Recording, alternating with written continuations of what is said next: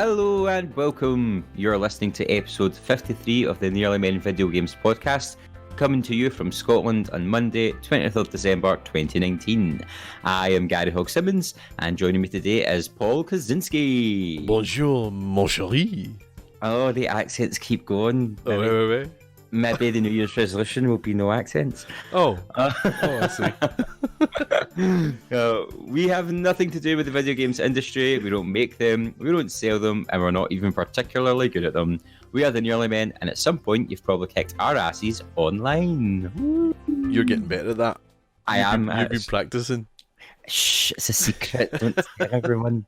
I do it every morning in the shower while I'm soaping my hair. What you do in the shower is none of our business, Gary Hogg. How are we? We're very good. I feel we have to be full disclosure from the get-go. Already, people will have noticed that it's a little quieter than normal. Hence, that is why. That's because Colin Little's not with us. Yes, not in like a bad sense.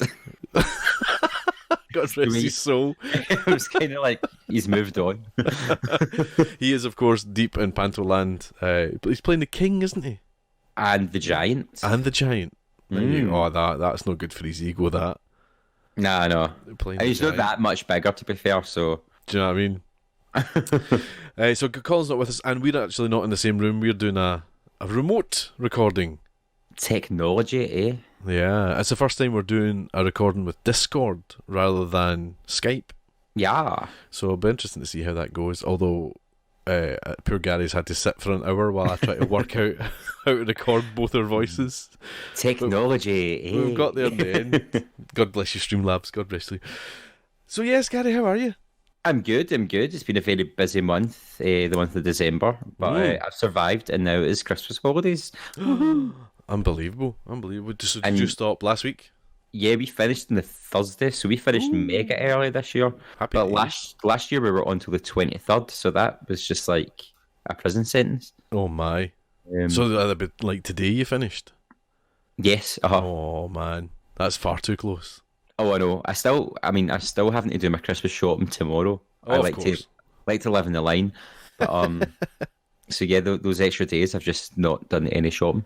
What about you? Are you winding down or winding up? That's me done. I'm going down to the in-laws tomorrow morning, so that was my cut-off time, was tomorrow morning. So no Christmas Eve midnight shopping for me as used to be. Oh no! But I mean, I thought I was going to have because I've not done Panto this year. I thought I was going to have loads of time in December and just take it in my stride, and I've not seen December. It's whoosh. Deceptive. Oh my gosh. Anyway. Whoosh. Shall we let the listeners know how to reach us or hear about more from us? Sounds good. Reaching the Nearly Men is easier than ever. Search for the Nearly Men Video Games podcast on iTunes, Spotify, YouTube, or your preferred podcast player. We stream on Twitch. Follow Colin at Colin_NM. Follow Paul at Paul Kozinski, all one word. Follow Gary at Blunderboy87. And let's get social on Facebook as The Nearly Men, Twitter and Instagram where we are at Nearly Men, or go old school and email us on info@thenearlymen.com. Need all that again? Links are on our website, thenearlymen.com. So what are you waiting for? Excellent. So if there's anything you want to know or want to tell us, that's how you can do it. You can tell me I'm on the Christmas down because some of my sentences don't make sense. I mean, words are going round the wrong way, and I'm just like, yeah, that could be a real sentence in some world. You guys are, pretty. I mean, are we allowed to say what you do as a profession? Is that? Yeah, I think we've mentioned it before. I think I was wonder if we had, but I mean, teachers must be completely. I mean, I don't know how teachers do it because you guys have got so much work to do. It's unbelievable. Yeah, and being the performing arts, we've also had our Christmas concerts, our school panto. So December's never a quiet time for performing arts faculties.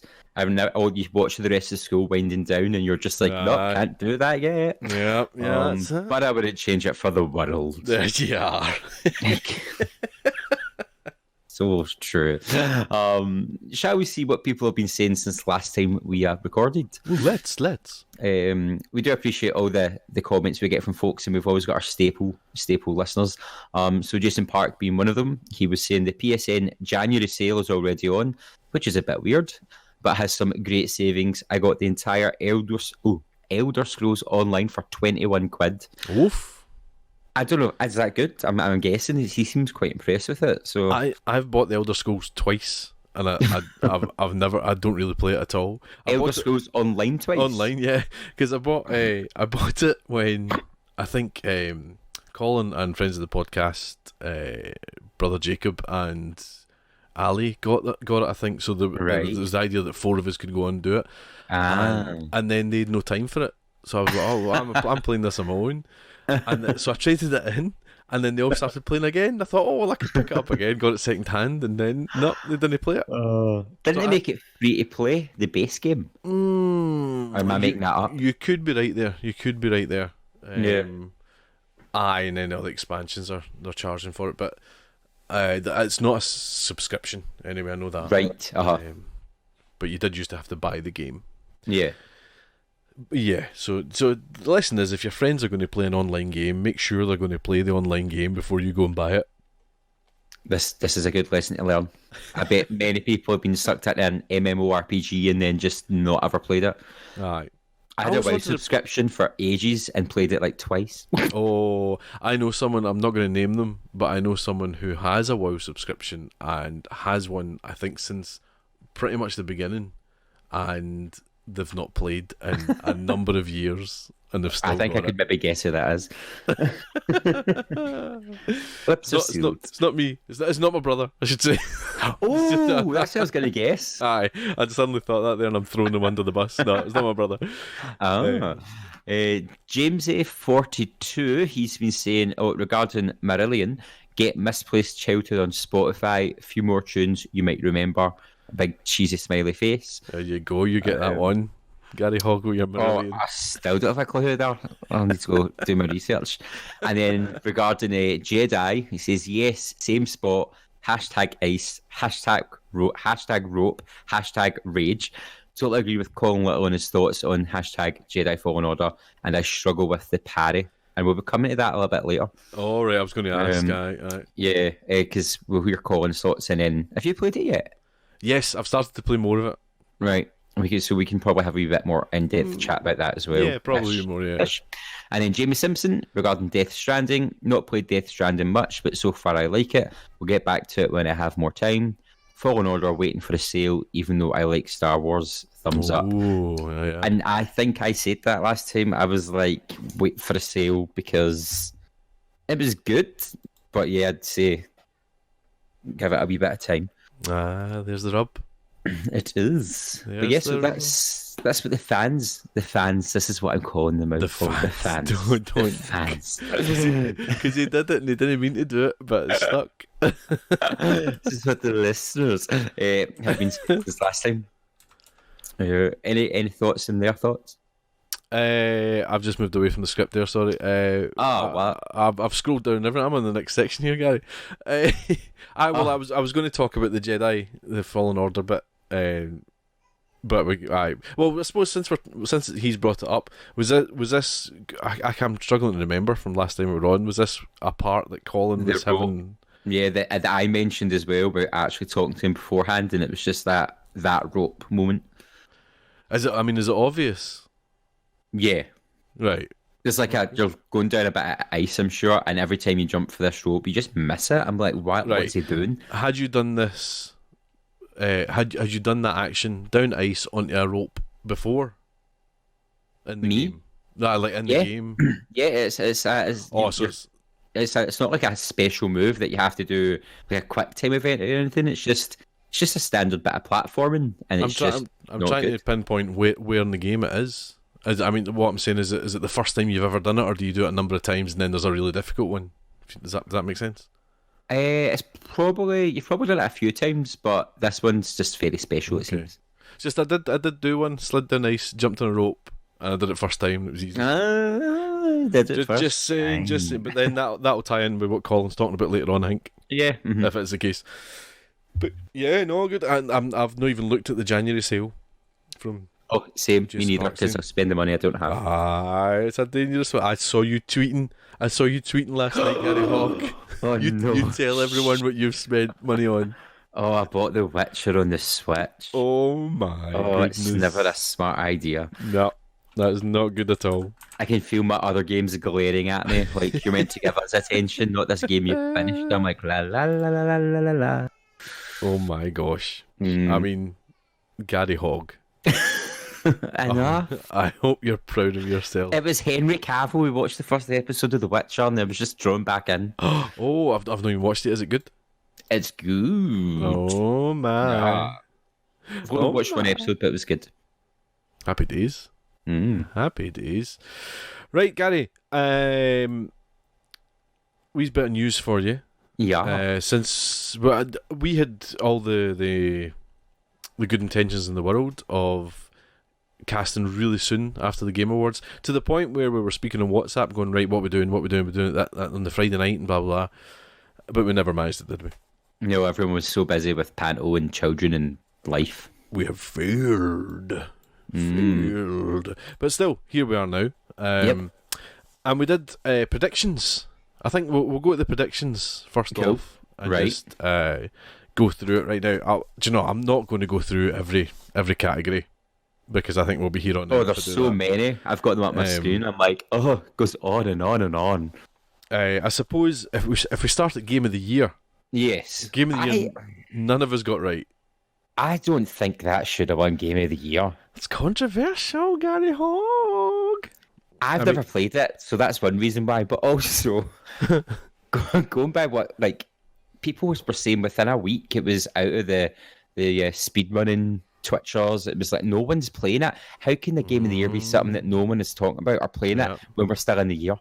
It is, of course, Sekiro Shadows Die Twice, or Sekiro. Sekiro. Where you come from.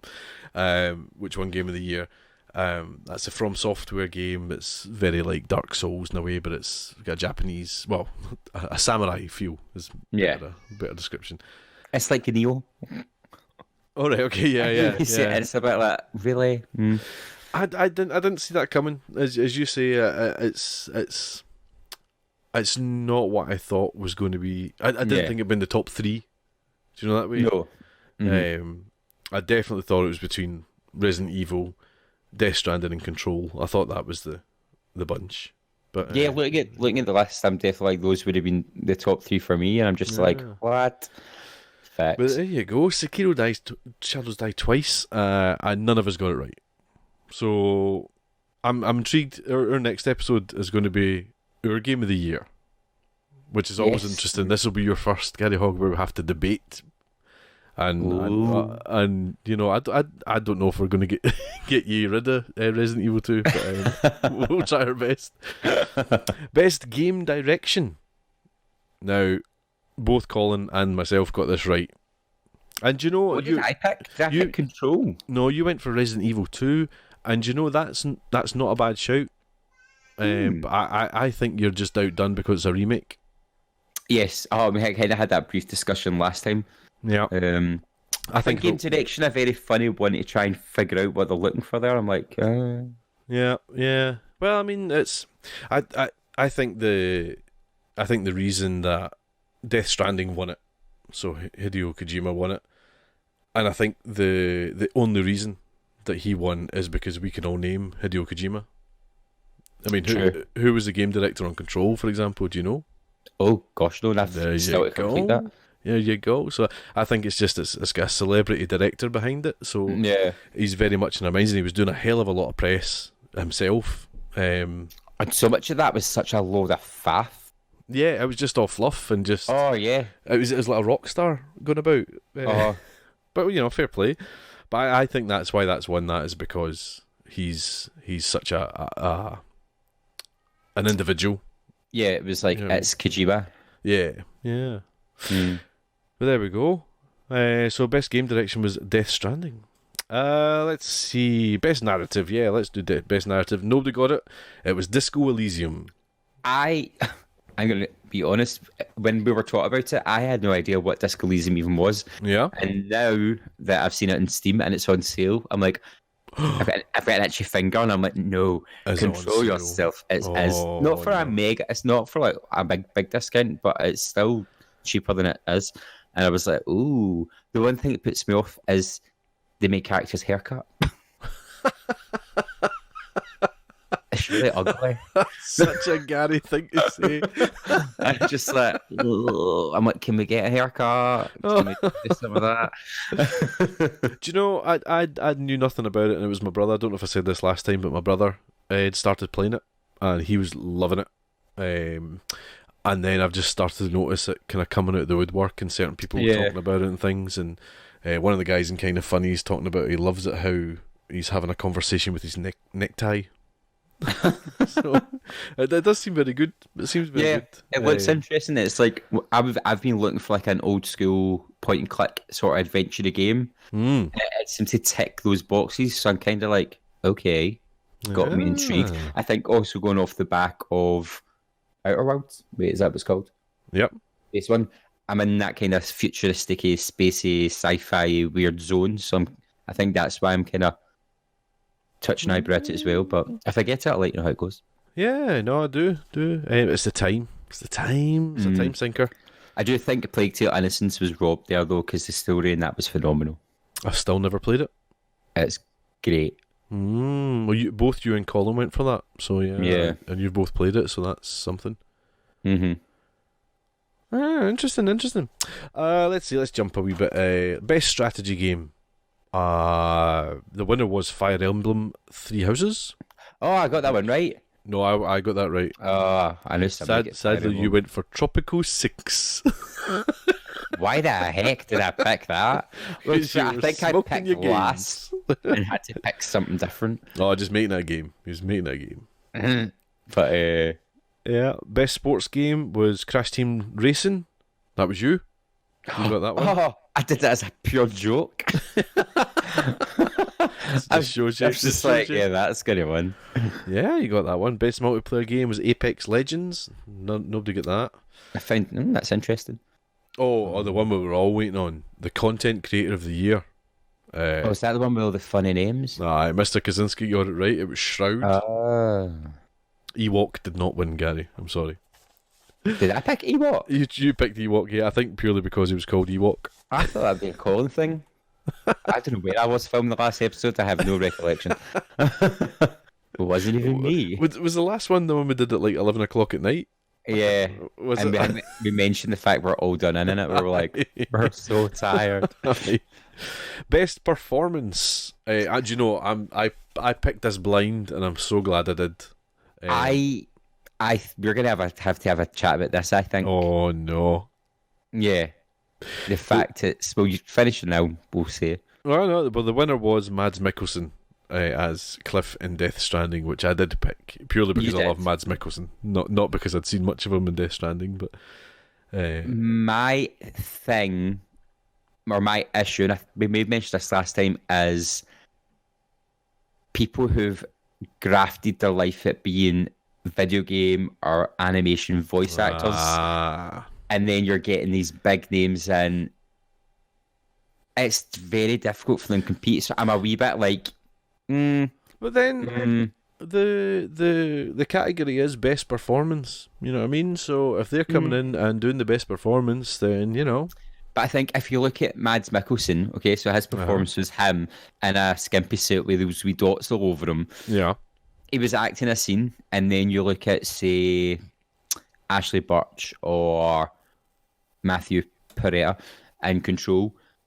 A lot of that is just you're in a sound booth watching it happen. There's a disconnect between the performance in my mind. I think they're very different performances, and that's where I was a bit like, yeah.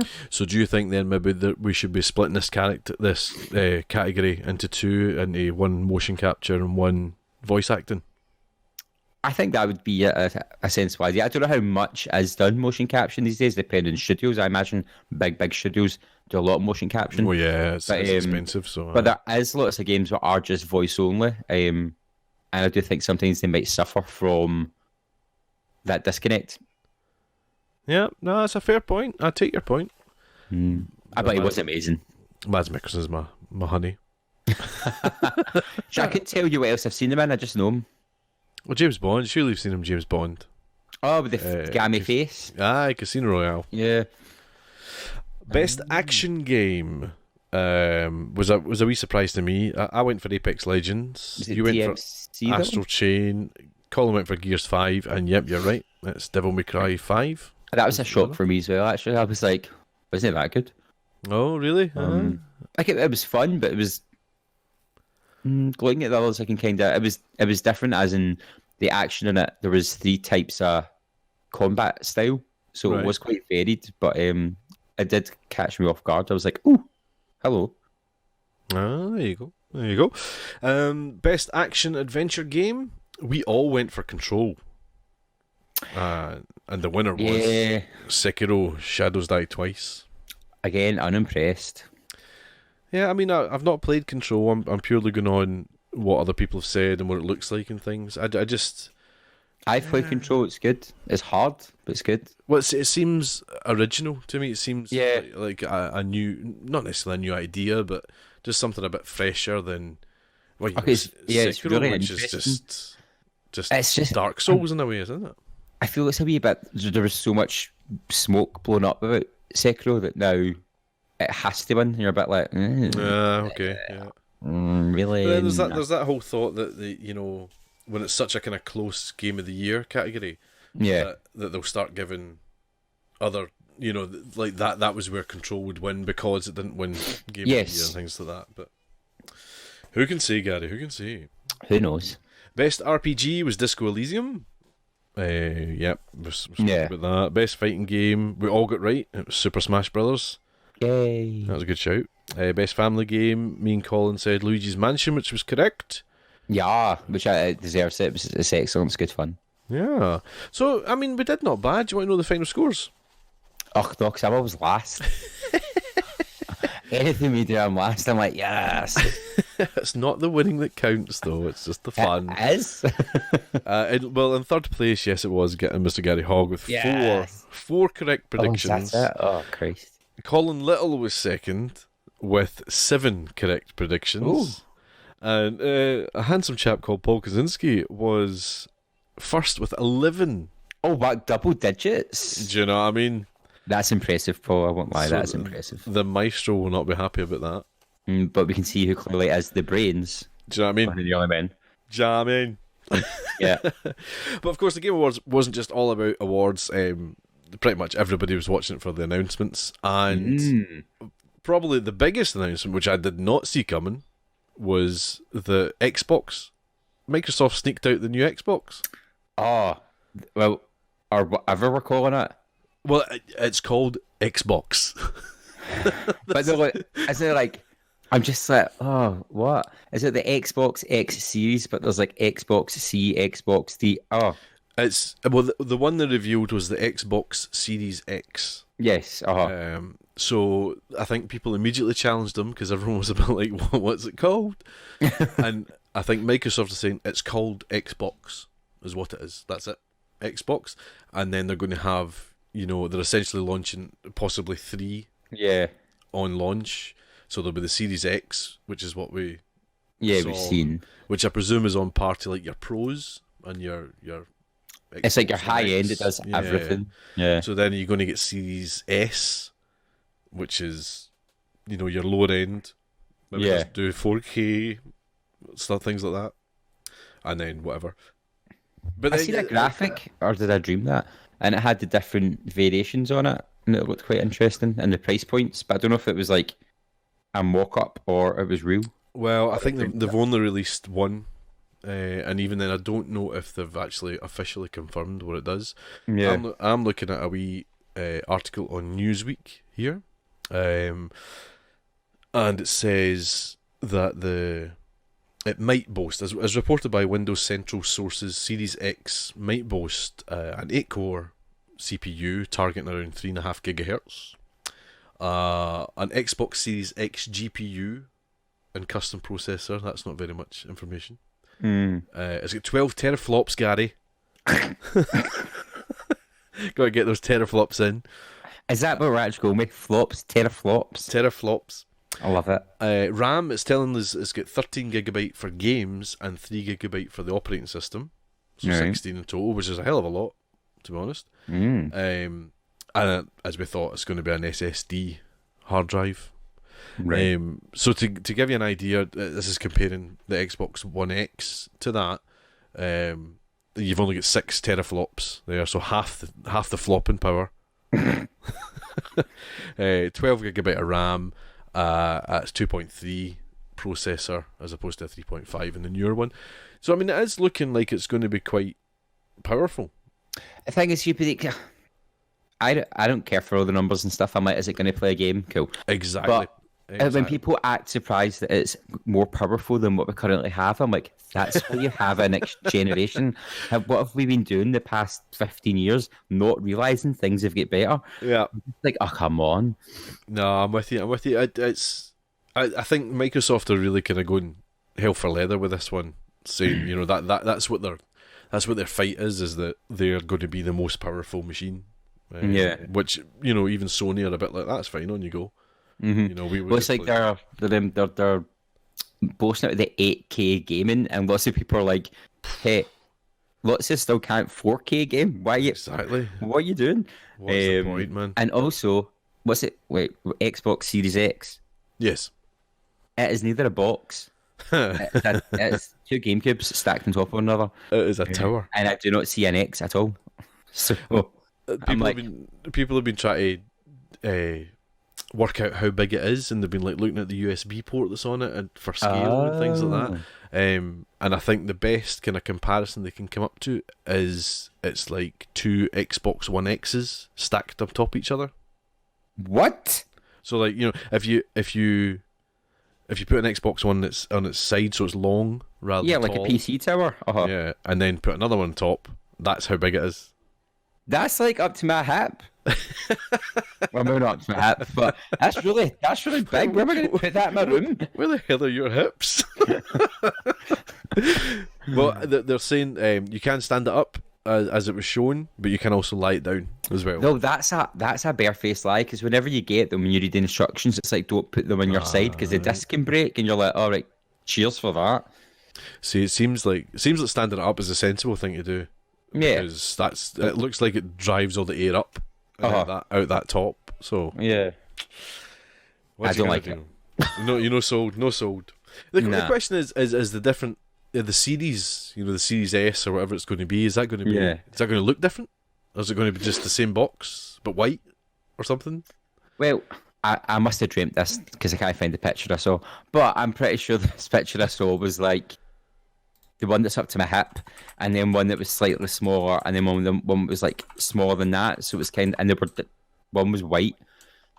And it kind of made sense, but if I've dreamt it, it might not make sense. Just the way you spoke there now, I'm wondering if you're getting the wrong height of it. It's not it's not super tall. If that makes sense. Right, I get you now. I just had this. I was like, wait, why is a 1980s PC in my house playing Xbox games? Aye, so what I meant was if you went put an Xbox X down as you would probably have it now, like a video player used to look, or a DVD player that way, and then put another one on top. That's how big it is. Oh, so it's like up to my ankle, right? Yes. That makes no sense. And a really weird image of your hips there. That was fantastic. So yeah, I mean, things have still to be revealed, and details about it. But we're starting to get to that point where it's now they're going to start releasing things, and I would imagine you're maybe looking at February or something for the PlayStation 5 announcement, maybe. Like if official kind of, this is what it is. This is what it looks like. This is what it's doing.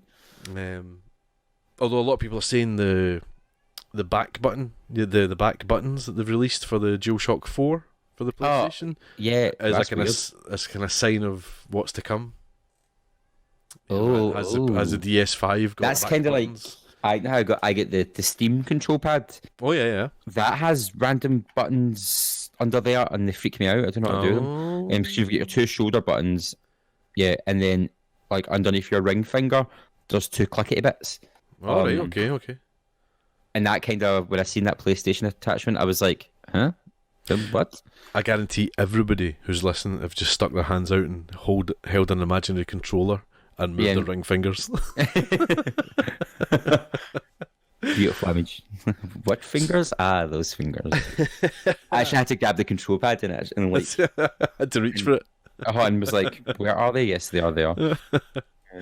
So the new Xbox is announced. Do tell us what you think. Here's how you can get in touch. We'd love to hear from you. Find us on Facebook as The Nearly Men, Twitter and Instagram where we are at Nearly Men, or email info@thenearlymen.com.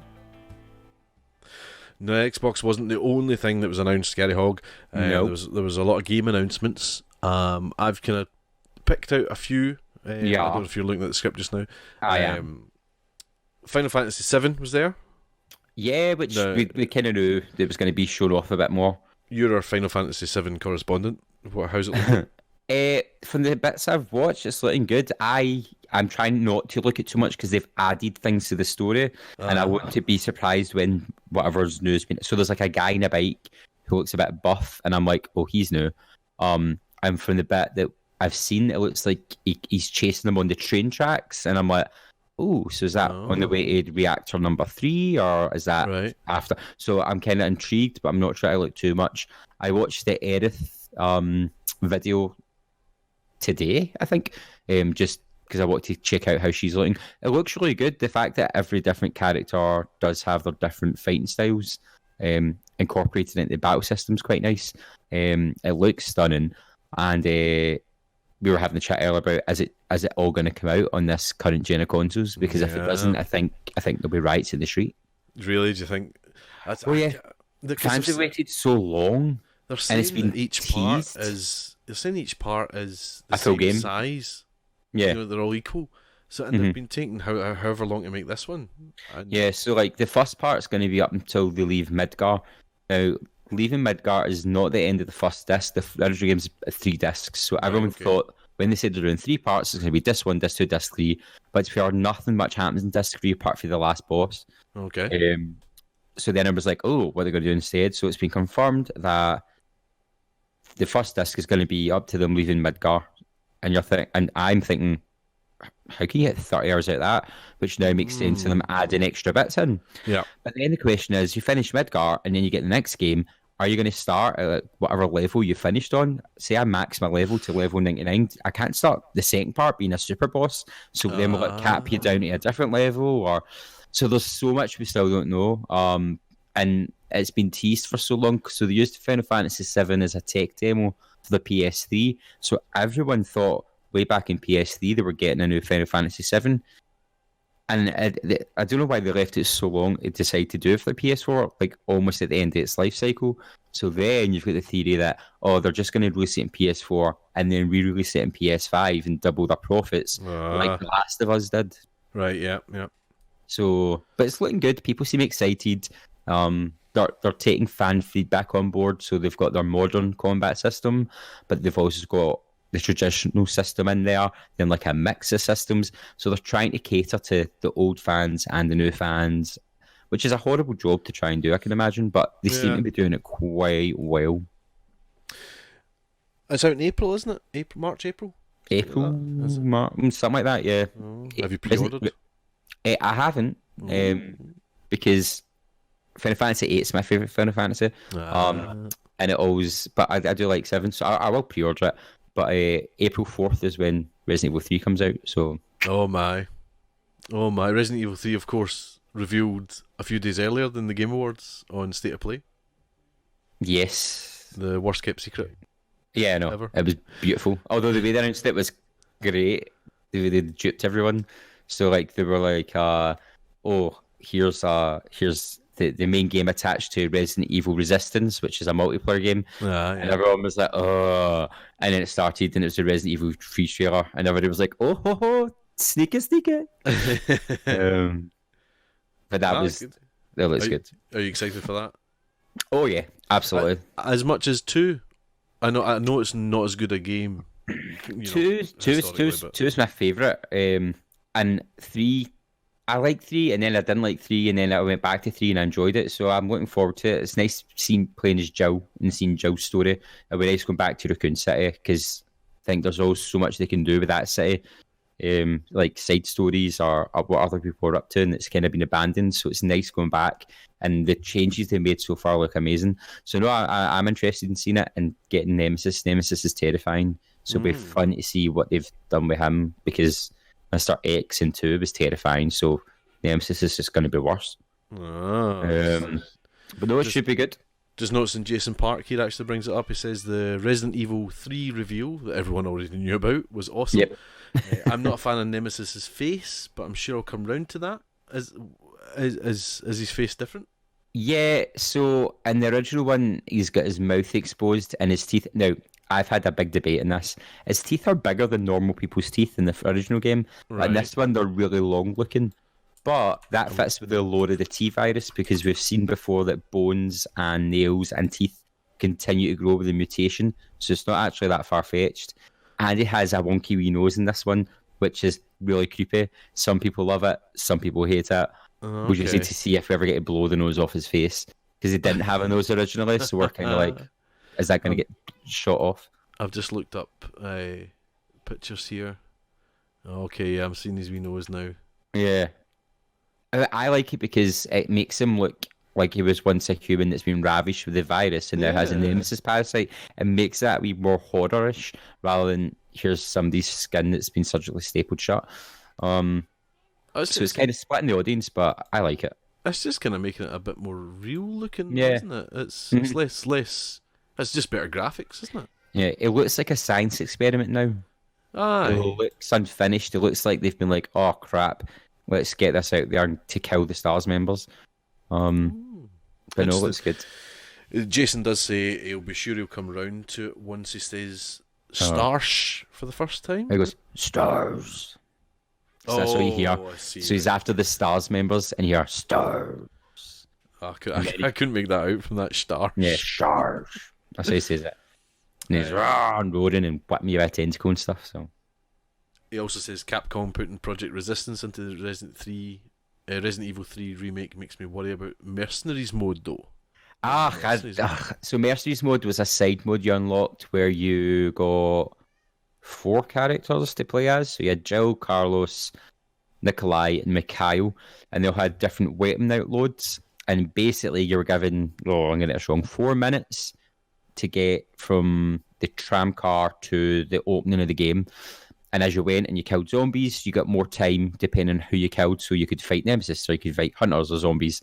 And when you got to the end of the level, you got a reward of unlocking unlimited ammunition for a gun in the game of your choice. Okay. I was never that big a fan of Mercs modes because I panic in those sort of situations. And it's just, it wasn't that fun back when I was like 13, 14. Whereas Project Resistance has the online aspect and stuff to it. So it'd be nice if they kept Mercenaries mode in. I wouldn't be that adverse to them replacing it with Project Resistance. I'm certainly intrigued by Project Resistance. I have to say that appeals to me, that kind of thing. Yeah, Resistance has more longevity. The fact it's online, the fact you play with people, the fact they can release new content, and the fact it's almost like Friday the 13th or Dead by Daylight meets Resident Evil. Yeah. So that's why I'm kind of like, oh, Jason's son, you'll be fine. Right, back to the Game Awards. The one game that's not on that list that I've just remembered about, which I've not even watched the trailer for Ghost of Tsushima. Oh, the only reason I know about this is because Colin kept talking about it. Well, I saw the reveal on State of Play. Right. The wee kind of bit at the end, it was maybe, 30 seconds or something. And it was an advert essentially for the Game Awards saying, watch the full trailer at the Game Awards. And I just realised that I have not watched it. That's a really good trailer. I watched loads. Just before we recorded, I watched loads of the stuff that was on. I've only ever seen a picture, and it's like a wee boy and a horse from what it looked like. But I couldn't tell you what it's about or anything.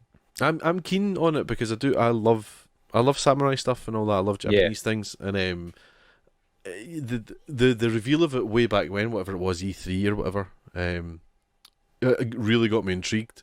So I need to go and watch that. But yeah, so that's coming out in summer, I think. Cool. So June, July, I think, maybe. Also announced was Senua's Saga, Hellblade 2, which look to be kind of tied to an Xbox. Well, they bought the studio. Oh, have they? Yeah. I don't really know. I played Senua's Sacrifice. It was good. I was a wee bit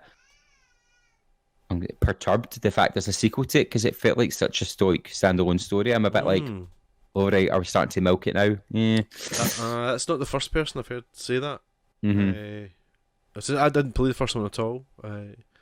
But I was always intrigued because they'd said it was kind of related to mental health and things. Yes, it's good. It was like you had to play it with headphones to get the full effect. Oh, okay. But it was a good game. It did what it set out to do, I think. So this is, I don't know if a sequel in my eyes is cheating in it a wee bit. I don't know. Okay. Did you see the trailer for it? Again, I've seen a still picture and I rolled my eyes out my head. If that's gameplay, you know, there's bits that are obviously not gameplay, but if there's sections of that are gameplay, then next gen's going to be very pretty. Ooh. It looks beautiful. So yeah, well, you know, I'll maybe dig out the first one. See what's what. Or give it a shot. It's good. Yeah. Next up was one you'd sent me that I completely went through my net. I had no idea it was related to it. Sons of the Forest. Oh, it looks horrifying. A sequel to The Forest, which we have streamed. Yeah. This is one you found on your own. You came to me and Colin. Yeah, that's right. Yeah, it does look horrible. Looks terrifying. If we thought The Forest was bad, I think they've just managed to amp it up. But that's also made me going, I can't wait to play that. It was a really good trailer as well. A really kind of atmospheric trailer. Sons of the Forest, do check that one out. Yeah. And I just put this on because it was ludicrous. I had to put it on. There's a game called Maneater, and it's a shark RPG. A shark PG. Shark PG. So do you just like swim around and eat things? Yeah, pretty much. What was it? The trailer opened with something like, man kills 5 million sharks every year, and sharks kill 5 men every year. It's time to even the odds. So yeah, you just swim about eating, guys. That's kind of like the Jaws games that came out in the Xbox and the PS2. There was like you were like escaped captivity and just went this rampage at eating everyone. That sounds like one that would be hilarious to stream. This sounds like one friend of the podcast, Natalie Clark, would want to get on. Yeah, those are sharks. Oh, yeah, Shark PG. Well, that's hilarious. I think we should delegate the streaming of that to you, Gary Hogg. More and watch me be a shark. Jamie Simpson was in touch. We're asking people what they thought of the Game Awards. Jamie Simpson says Hellblade 2 was a surprise, but it looks like it might be an Xbox exclusive. Yeah, I did think that myself. And as you've said, they have now bought the studio, so it's highly possible. Good thing is it might be on Game Pass then. Jamie says, I have the first one on PS4. He's never finished it though. Yeah. So yeah, thank you, Jamie, for getting in touch there. So what do you think of the announcements from the Game Awards people? Is there anything that you were dying to see that wasn't there, or is there one that you saw that we've not spoke about or anything? Please do get in touch. Here's how you can do it. We'd love to hear from you. Find us on Facebook as The Nearly Men, Twitter and Instagram where we are at Nearly Men, or email info@thenearlymen.com. Yes, so I got totally confused there because I realised I was going to have to press another button because it's time for Cozy's Crumbs. Yes, Cozy's Crumbs. I've got one crumb. It's not much a crumb serving. Oh, do you know? Okay, it's a morsel, a morsel of a crumb. It's just simply the fact that Sony are finally seeing the light of day and they've made Minecraft crossplay. Huzzah! I was wondering what you meant by that, and I was like, "Is this a new version of Minecraft?" I don't know what's happening. I literally just re-downloaded Minecraft the other night and was playing it again for the first time. I set it up so I could try and stream to see if Xbox and PlayStation would work together, and they did. It was pretty seamless actually. It was quite good. Oh, nice. So I'm sitting playing on my phone, on my Xbox, and on my PlayStation on the telly. Oh, man. But you know, it worked seamlessly. It was really good. You now need to create an account. No, I don't know if you've done this already. Yes. So when I downloaded and logged in, it was like, make an account. And I was like, why shouting at me? Aye. So yeah, if you play on PlayStation, and I presume any other platform that is not a Microsoft one, you do need to sign in with your Microsoft account. Oh, hey, actually, that's why. So remember saying just to unlock my Xbox account. Oh yeah. That's why I had to do it. That's why eventually, because I knew I had, rather than set up a new account, I was like, let's try and figure this out. So I managed to unlock it. So on my PlayStation, I have my Xbox avatar picture. Oh,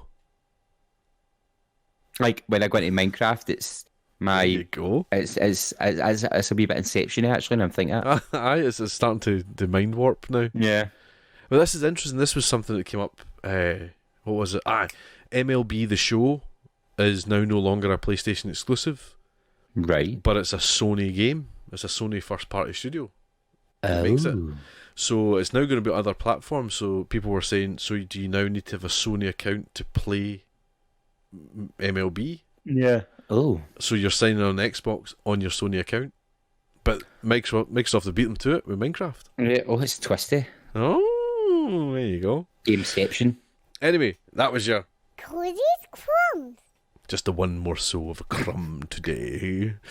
Where are we? Oh, freebies. Oh gosh, right, okay. Right, go for it. You can do this. I can do this, right. So that for the month of December, so which you've got, by the time this goes out, you've got 6 days left or so. You're going to have Insane Robots, the adventure game on Xbox One. Till the 31st of December, you are getting Castlevania Lords of Shadow Mirror of Fate HD. It's an action adventure for Xbox One 360 back compatible. From the 16th of December to the 15th of January, you're going to get Jurassic World Evolution, which is a business sim. You did like that, didn't you?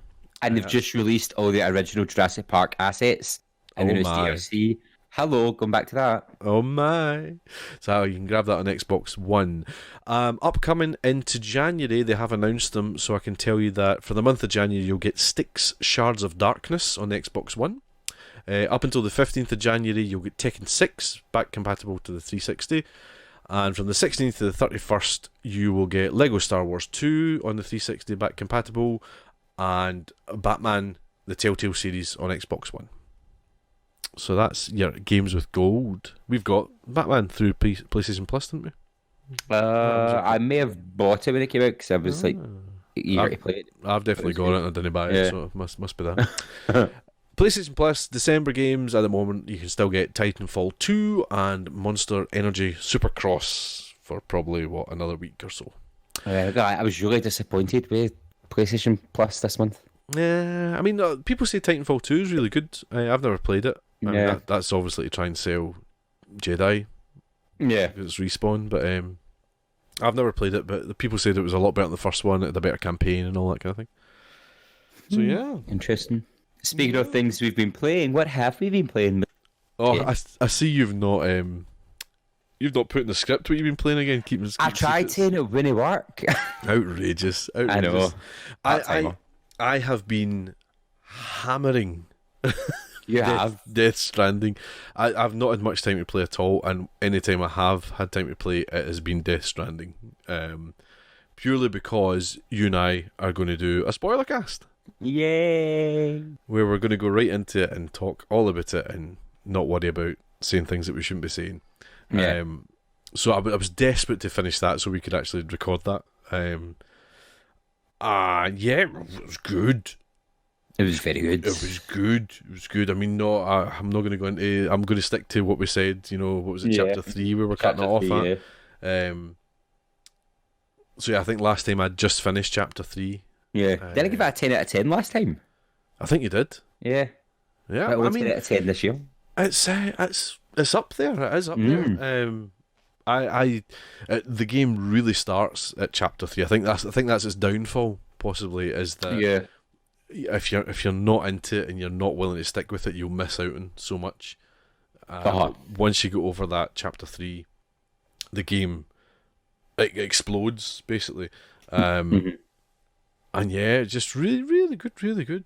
I kind of don't want to say too much because I want everyone to listen to the spoiler cast, but then you're not going to listen to the spoiler cast unless you've played it. True. Maybe some people can't be bored playing it, so about That's it. true. If that's you, just listen to us tell you everything about it. This is true. Mm-hmm. So yeah, it was it was very good. It was an experience. It was very good, and yeah, I can't say much at all without speaking about stuff after chapter 3. It's good. I mean, Greg Miller does a thing where he says, "What's your Twitter review?" So essentially, your 142 character review of a game, and his Twitter review of Death Stranding was, "Do you like walking up hills in the rain?" Which I thought was great, and he says, and that sounds like it's a bad thing. It sounds like it's a bad review of a game. Says, but I love walking up hills in the rain, and it's just I thought it just captured the kind of atmosphere that it has. Don't get me wrong, it's so much more than that, but the essence of it I think is captured with that. So yeah, Deep. Yeah, man, Like a puddle on that hill in the rain. The only other game I've really been playing, well, I tell a lie, I've played a wee bit of Jedi and I've played a wee bit of Call of Duty.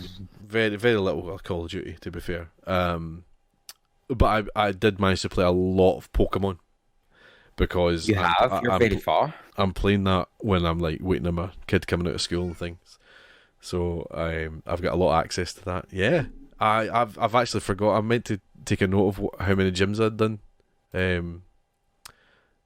I've done a good few. I'll look it up and then see. But yeah, it's good fun. It's good fun. You've been playing it as well, haven't you? Yeah, so I kind I'll look up. neglected it because I had Death Stranding to get through and then Jedi. So I was like, oh, Pokemon you can take a wee back saddle just now. But over the weekend there, I was playing quite a bit. I've done 3 gyms, so I've done the first 3 gyms, and then I found that I'm suddenly getting my butt handed to me by all the Pokemon trainers. On the way to the 4th gym, and I'm like, right, wait, hold on, take a wee backseat here. Why am I getting beat? Not beat outright, but they're making my Pokemons faint, and I'm not very impressed with that.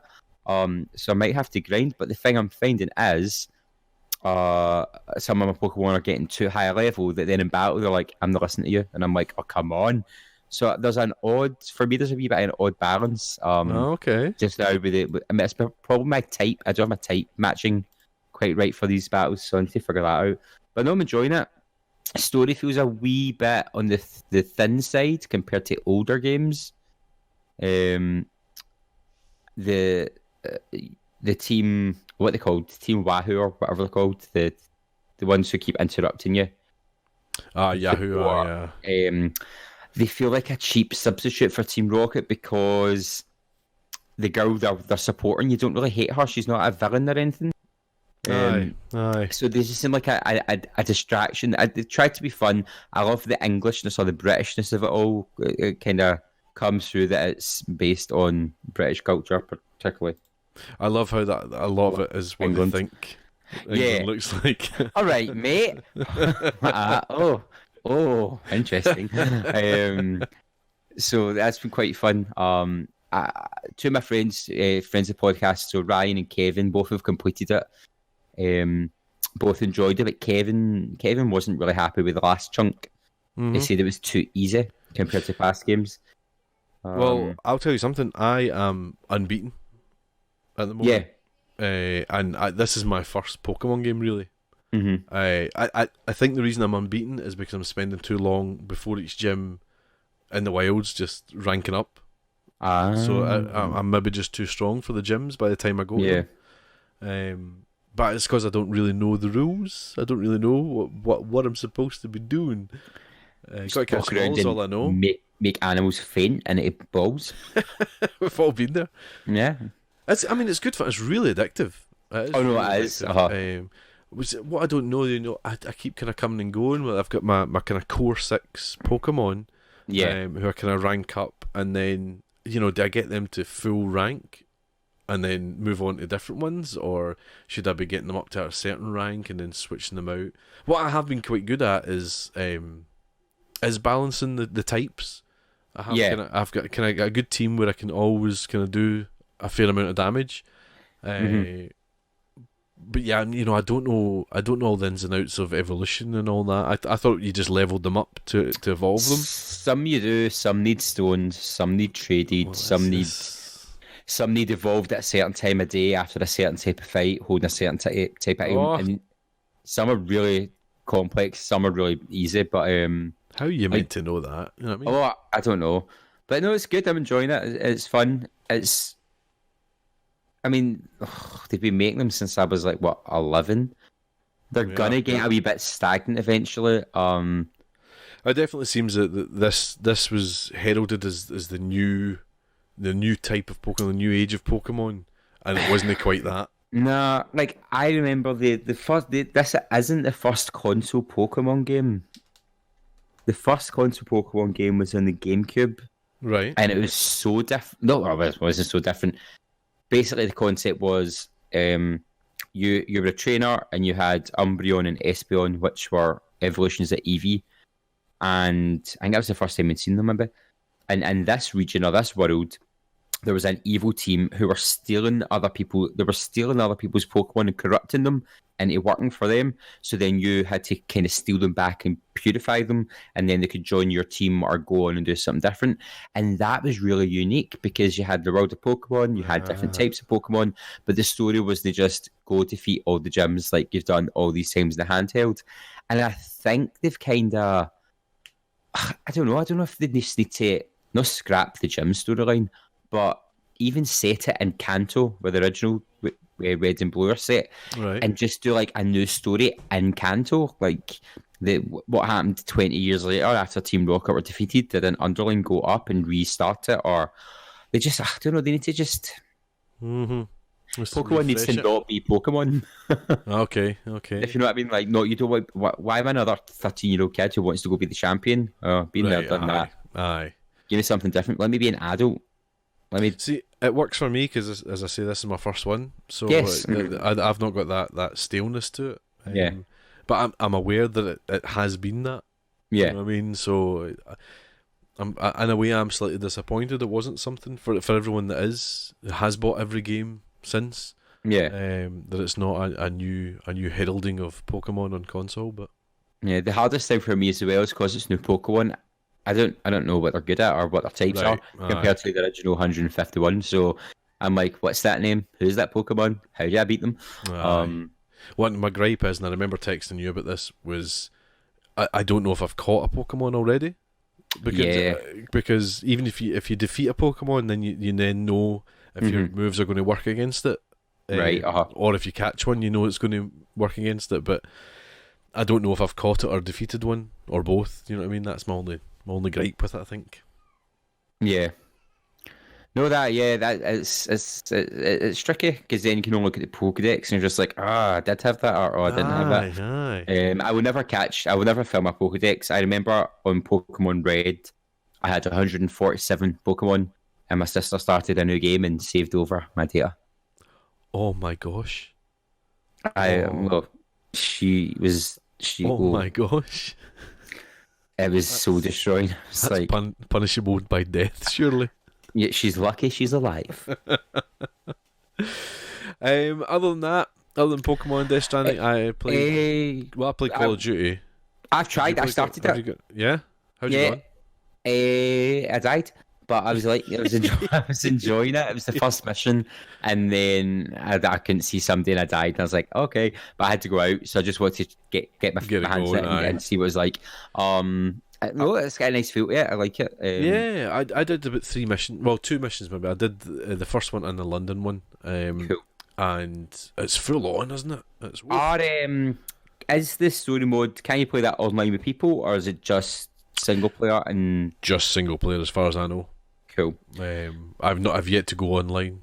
Yeah. And do because your normal kind of skirmishes. However, about 32 versus 32 or whatever, capture the flag and all that stuff. All right. But Call of Duty has got a good thing, if you remember, which is like Spec Ops, where it's like you can team up with someone else, so it's a wee co-op mission for 2 people when you kind of do stuff. I think this is my this is my first Call of Duty. Oh my! I've got one up there, Infinite War, which I got to play with Scott, and then we never played it. So never was interested in the modern, the futuristic future ones. Yeah, But no, so this is my first COD ever. Oh, it looks beautiful. Well, and you know, backing up the Game Award that it won, it does sound brilliant. Yeah. It's really, really well done. You know, I think a game like that is going to live and die on its multiplayer and how long it lasts and how fun it is to play. Because the problem with these games is, you know, you and I are not very good at them. You know what I mean? So if we're going to go in and just get slaughtered, then how long are we going to last? How long are we going to enjoy that for? Yeah. But you know, the good thing is I've noticed there's loads of people playing it, and it's cross-platform as well, which is great. So, you know, your Xbox and your PlayStations can hook up together. Yeah. And so you may be able to get a fairly decent squad of friends to have a game with, which would be good fun. Also, has it got that kind of longevity thing? Is it seasons? Like, releasing seasons and stuff? And I've seen, was it Battlefield? I have that as well, and that's got that sort of idea of different seasons of content or something, which is quite interesting. I like that. Yeah, I'd go for that too, yeah, and just keeps it fresh, ticking over. And it's great to support it as well. It's doing the battle pass, which I noticed, which is how it will make its money, rather than loot boxes and things like that. Right.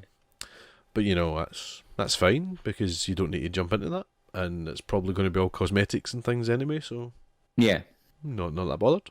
You been playing anything else?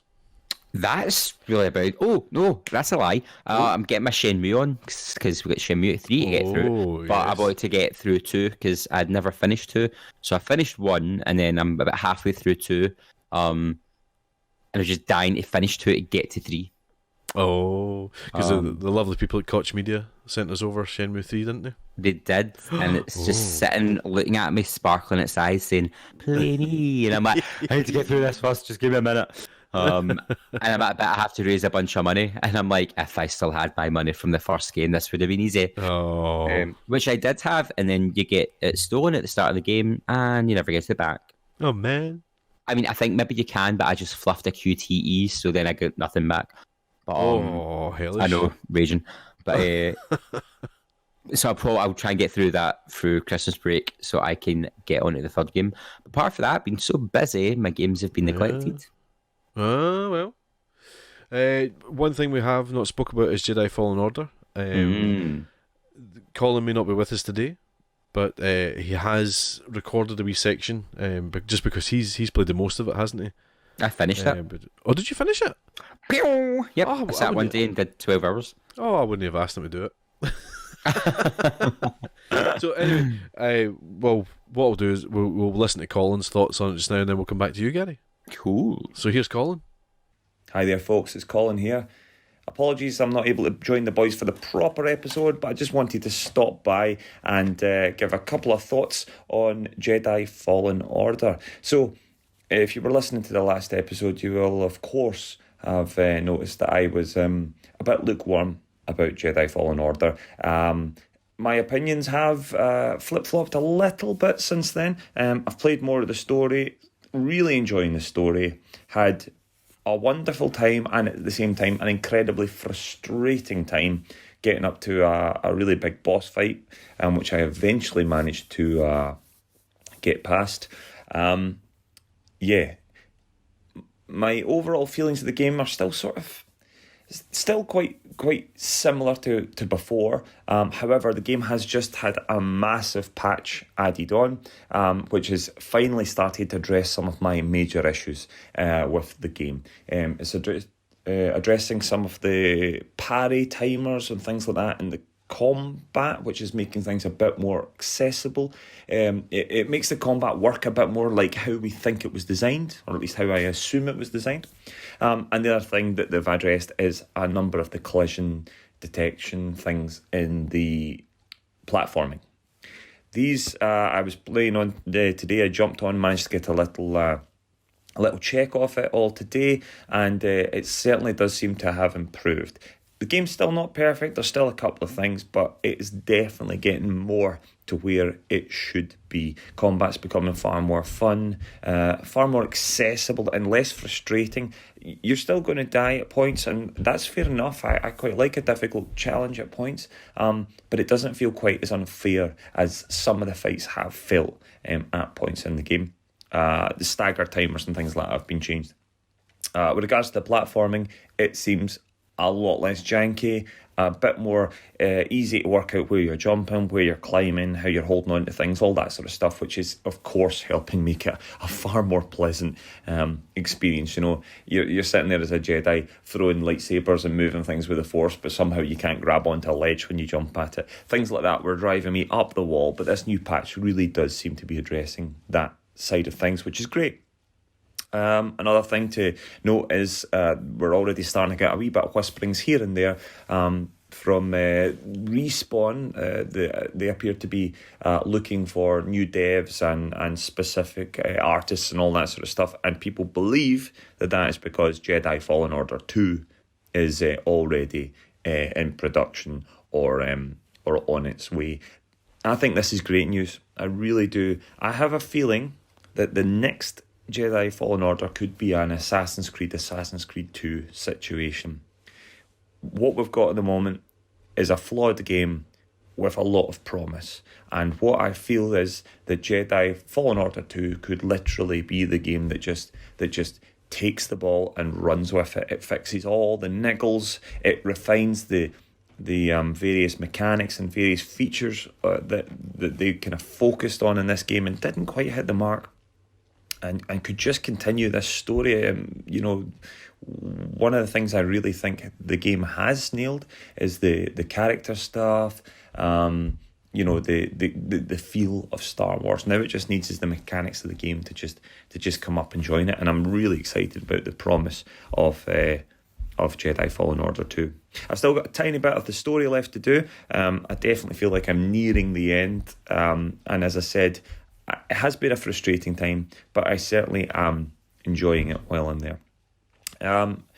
What I have been doing, obviously, as you guys know, I'm up to my eyeballs in panto shows at the moment, so it gives me very little time to actually play a lot of games, but I have been playing a few things on my phone, been dipping my toe back into Elder Scrolls Blades, still enjoying that, been playing a bit of the Versus stuff, that's quite good. Hoping for some more quests to appear at some point. Quite enjoying that.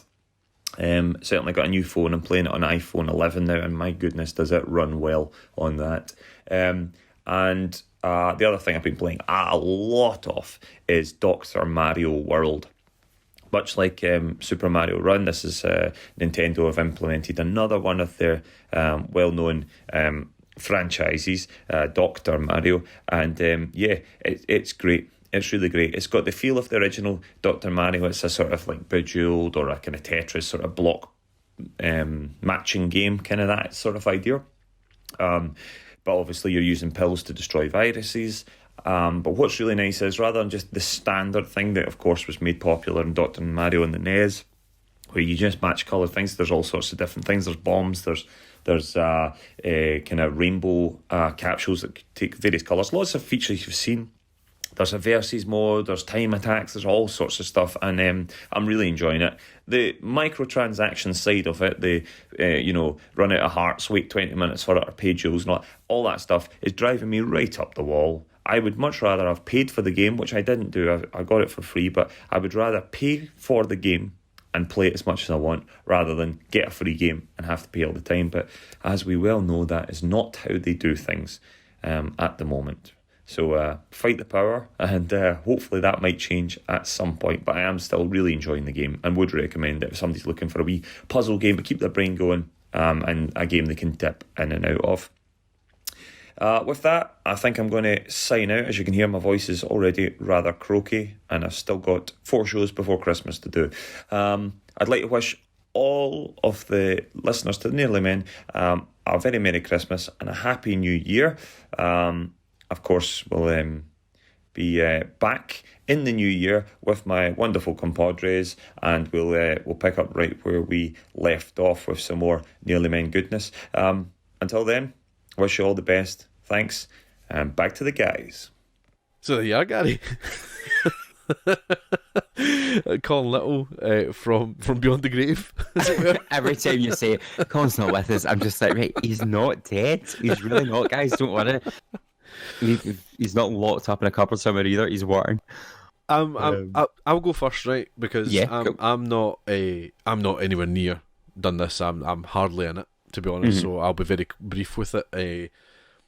I am on the second planet. I think it's the second planet. Basically, when you go on the ship and you get to pick where you go, I'm in that first choice, basically. So Cool. I didn't go to Dathomir. Oh gosh, no. Because I was advised not to, so I'm in the other one, whatever it is.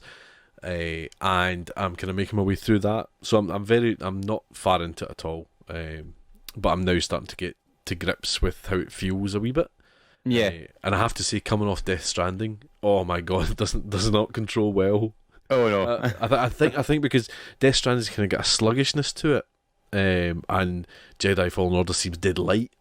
It's like I'm kind of flying past moves and things like that. It has that thing as well where you like go pushing forward and it does the stagger to stop, and then you're like, and I'm off the edge thing. Yes. Like And even think I'm used to kind of Jedi.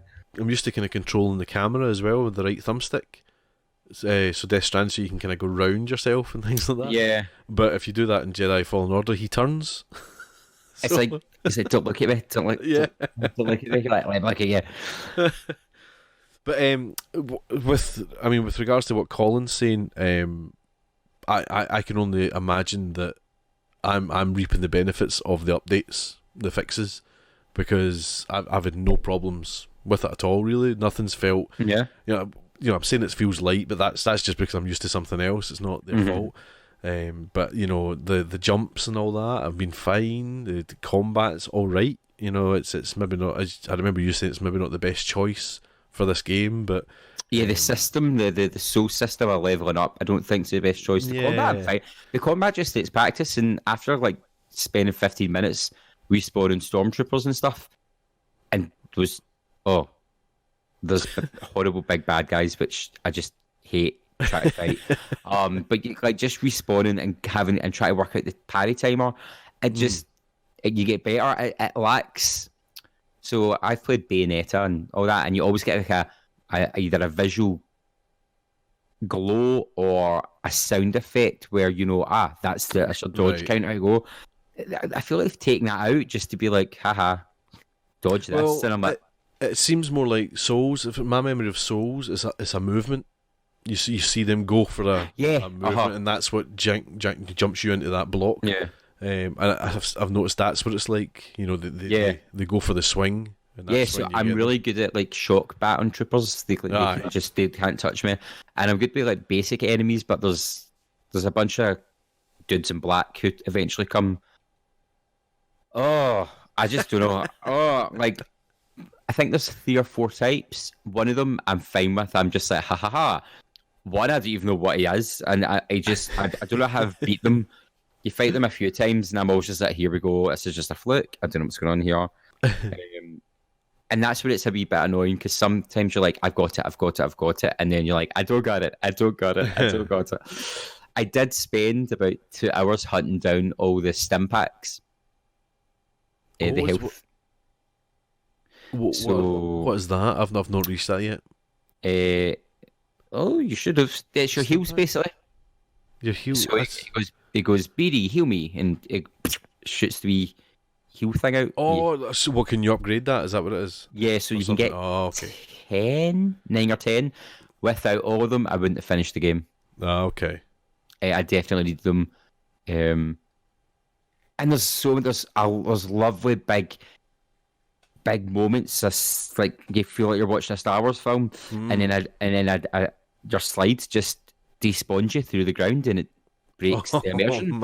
Or you're just sliding down doing this really cool thing, and then you've got to jump, and it just goes the different direction you pushed, and you die, and you have to redo it.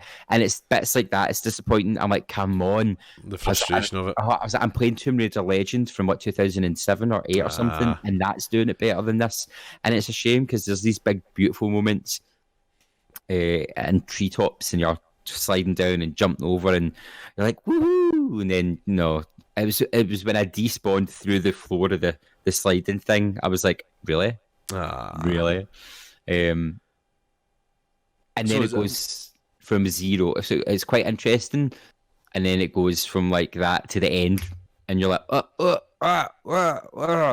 like a roller coaster. But in a good way. Like, it's not like you don't feel disgruntled. It's good. It's kind of it really gets you going, and you're like pushing forward and wanting to get through it. And that's why I finished it, and that's one sitting, because I was like, I'm gonna do this. I'm gonna get it. I'm gonna do it. Okay. So it was like a fun thing.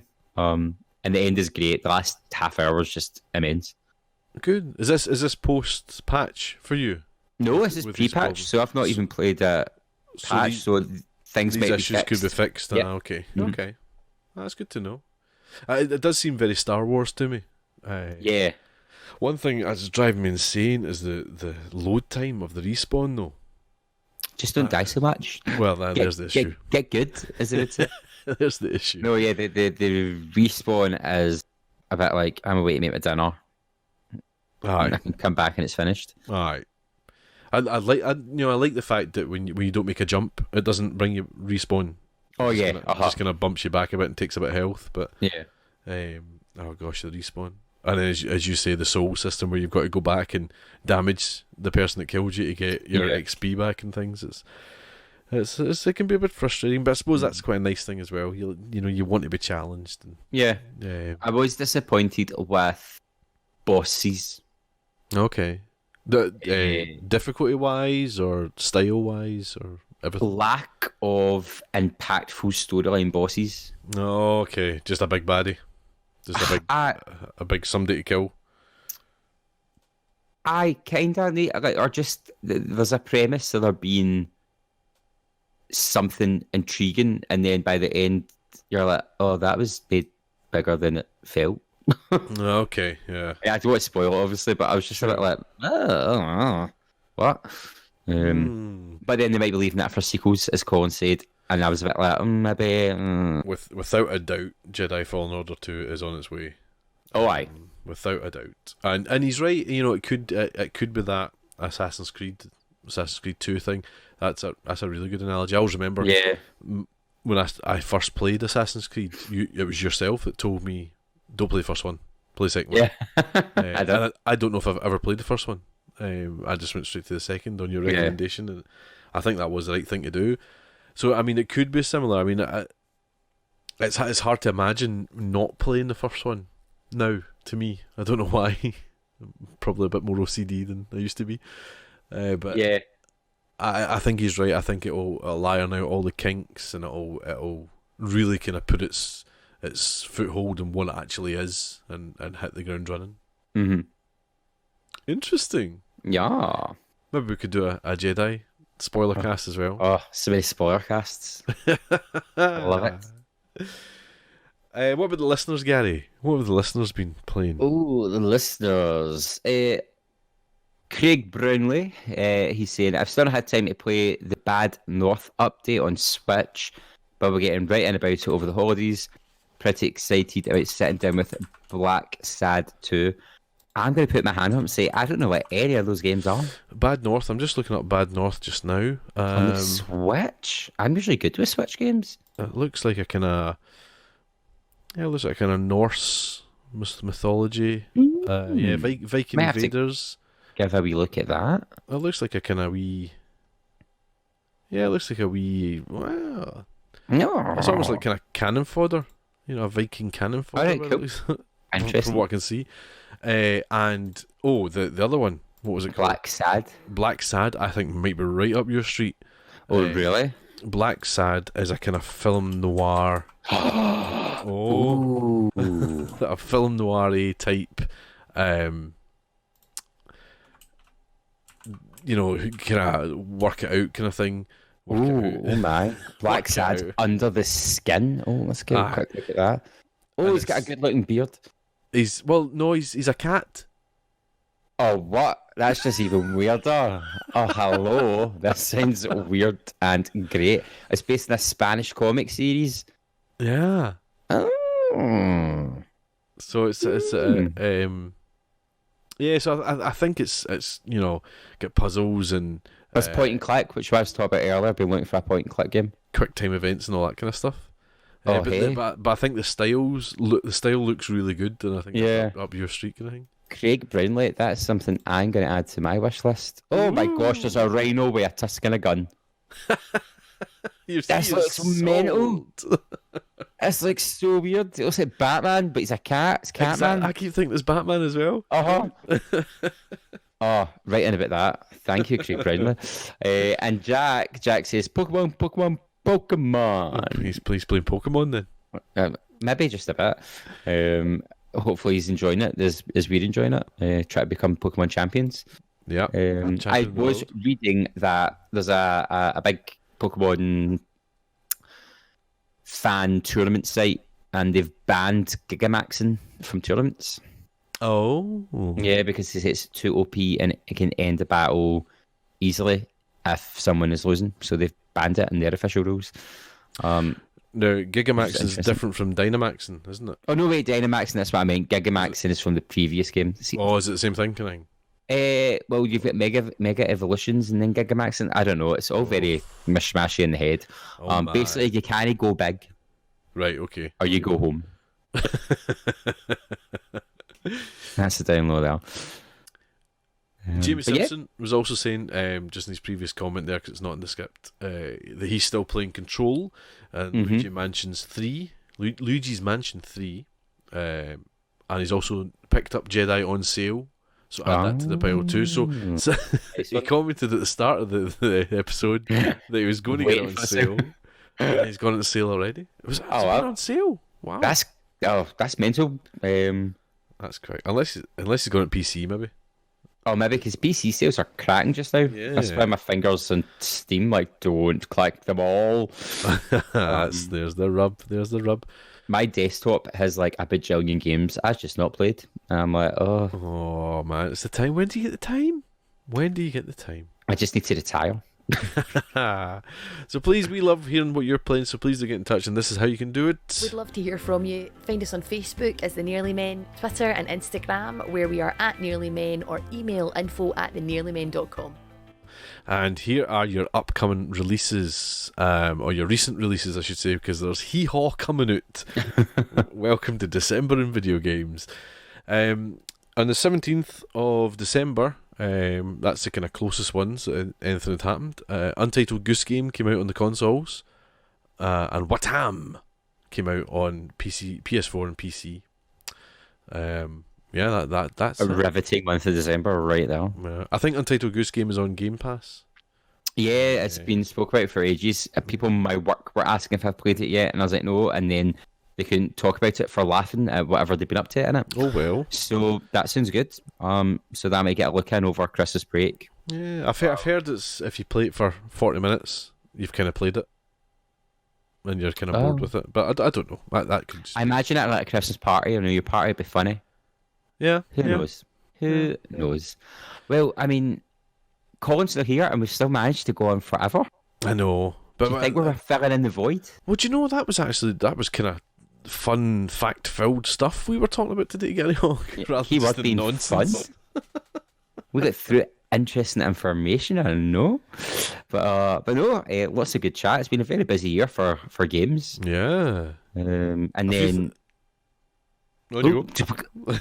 I was going to say we'll see what next year brings, and we need to do a year roundup. But I think that's what you're going to do. That's exactly. I was just about to say that the next official episode of the Nearly Men Video Games podcast, we will be doing our game of the year. So please, you tell us what your game of the year was, listeners. You can give us a top 3 if you want. We'll be kind of running down what we've played and what we think might be the game of the year, and come to some sort of agreement, I think. On the episode. Here's the question. We're about to go for the teens back to the rip roaring 20s. Are we going to do our game of the decade? Is that what it's called? Yeah, we could do, couldn't we? That'd be an interesting one to think about as well. Oh, it's a wee bonus episode. Bum, ba-dum, bum. Oh my. We are going to record a Death Stranding podcast right now. Yes. A spoiler cast. So you can expect that out from about a week today. We'll kind of throw it out in kind of, rather than a fortnight, we'll throw it out in the midweek, so you'll get 3 episodes in like 2 weeks, all going well. But we've still to record that, and it's gonna be an exciting chat. Oh my! Take it home, Gary Hogg. Oh well, you put me in the spot and I can't. It's doing so well. Go big or go home, man. I'm going home. I don't know what I'm saying now. We are the Nearly Men. Yes, we are. It's been another episode 53, so that's us finished. I can say from all of us, we hope you all have a lovely Christmas or Kwanzaa or happy holidays or whatever you celebrate. Feliz Navidad. Back to the accents. Feliz Navidad. But yeah, so have a good time. Play lots of games. It's been lovely. So goodbye from me, Gary Hogg-Simmons. Goodbye from Kozinski. Ho, ho, ho. Goodbye. I was waiting for you to say I've got a machine gun too. Oh. Love it. And then that bummer I know. We'll catch you all next time. See ya. Bye.